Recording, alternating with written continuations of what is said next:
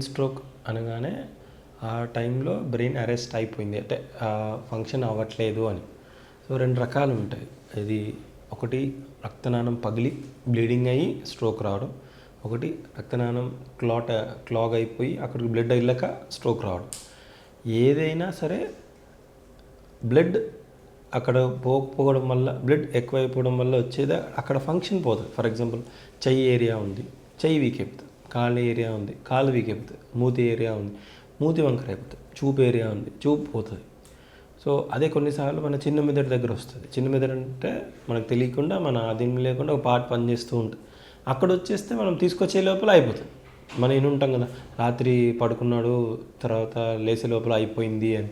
So that's ఆ చిన్న మెదడు దగ్గర వచ్చేస్తే ఏం చేయలేదు. సో ఆ స్ట్రోక్ అనేది 2 రకాలు. అవి మనం ఐడెంటిఫై చేయగలగాలి. సడన్గా వాళ్ళ ఫంక్షన్ చేయలేకపోతున్నారు ఆ పర్టికులర్ పార్ట్ది. మోస్ట్ కామన్ కాలు చేయి వీక్ అయిపోయి మూతి వంకర అవుతుంది. కొన్నిసార్లు ఆ టైంలో ఫిట్స్ వస్తే కళ్ళు తేలేసినట్టు, నూరుగు వచ్చినట్టు, మూత్రం పోయినట్టు ఉంటుంది. సో వెంటనే దగ్గర హాస్పిటల్కి వెళ్ళి ఒక సిటీ స్కాన్ ఫస్ట్ చేసి దాంట్లో బ్లడ్ ఉందా లేదా బ్లడ్ పోలేక ఇబ్బంది అయిన స్ట్రోకా కనుక్కోవాలి. ఒకవేళ బ్లడ్ ఉండి అంటే ఎంత పెద్దగా ఉంది, ప్రెషర్ ఎంత ఉంది, మందులతో తగ్గిపోతుందా, సర్జరీ చేయాలా అనేది ఒకటి.